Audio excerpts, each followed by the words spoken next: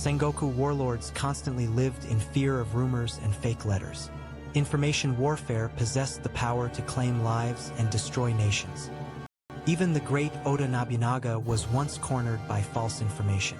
Behind the scenes of history, an invisible psychological war was waged. But, in fact, an even more astonishing truth lay hidden. What was the true terror of the information warfare that sealed the fates of warlords? Why were warlords swayed by rumors? Who pulled the strings behind information warfare? How did information manipulation change history? All will be revealed in this video. Now let's delve into that truth. The main feature details how famous Sengoku warlords waged information warfare, complete with specific examples. In the Sengoku period, information was as crucial a weapon as any sword. Especially fake letters and rumors could become the most terrifying means to internally collapse an enemy. Ninjas were not merely assassins. Their true value lay in infiltrating enemy territory, stealing information, and at times, spreading false intelligence. Their work determined the outcome of battles. For instance, in the Battle of Kawanakajima between Takeda Shingen and Yasuji Kenshin, they both engaged in stratagems, reading each other's moves and attempting to outwit. It was a classic example of information warfare. And fake letters, designed to incite betrayal among allies, were particularly effective. A single rumor that a rival's chief vassal would betray could cause that house to collapse from within. Precisely because information was uncertain in that era, rumors and falsehoods spread instantly, plunging people into suspicion and paranoia. That fear resonates even with modern social media firestorms. Oda Nobunaga excelled not only in overwhelming military might but also in information warfare. He skillfully manipulated the enemy's psychology, sometimes achieving victory without battle. Especially famous is the background of the burning of Enryakuji on Mount High. Rumors of Nobunaga's brutal acts during his conflict with the Ikoiki solidified his image.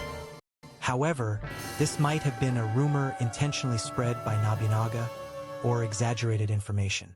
It was likely his strategy to instill fear in opposing forces. There are also records of fake letters circulating that shook the alliance between the Azai and Asakura during Nobunaga's campaigns against them.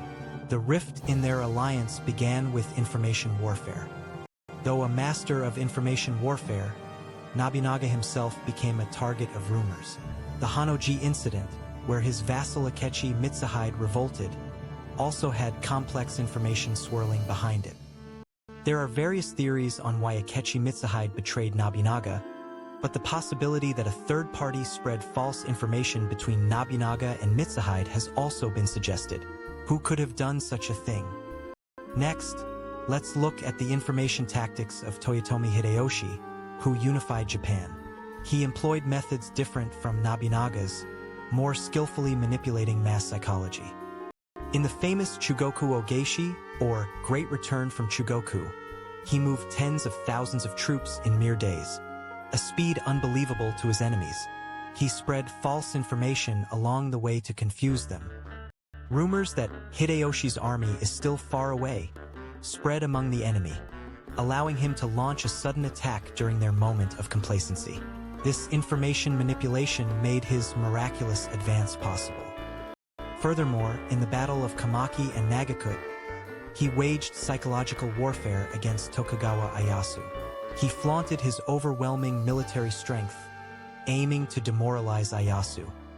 Through every conceivable means, false reports exaggerating troop disparities, rumors mocking the enemy general's cowardice, he psychologically cornered Ieyasu's forces.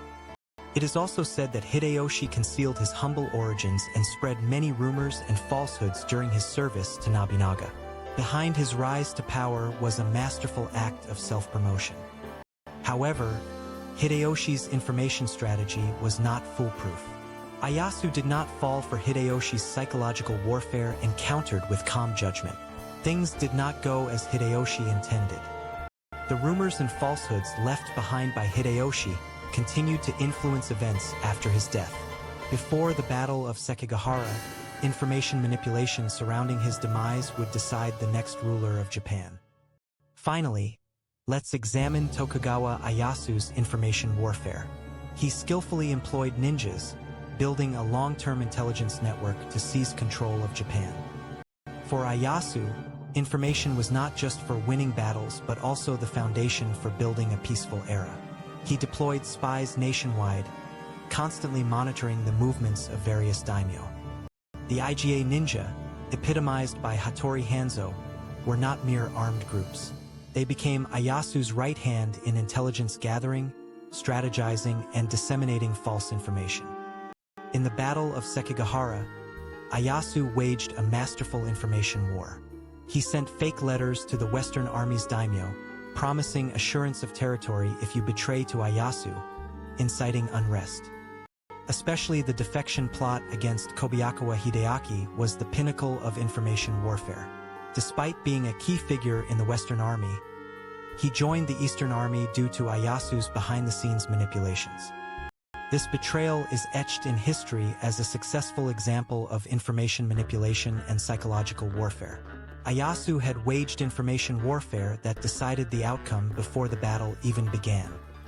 Even after establishing the Edo shogunate, Ieyasu rigorously controlled information. He restricted marriages and interactions between daimyo and stationed his own goyokiki, informants, to centralize information management. This prevented daimyo from exchanging information freely or rumors unfavorable to the shogunate from spreading. To maintain a peaceful era, information warfare continued in a changed form.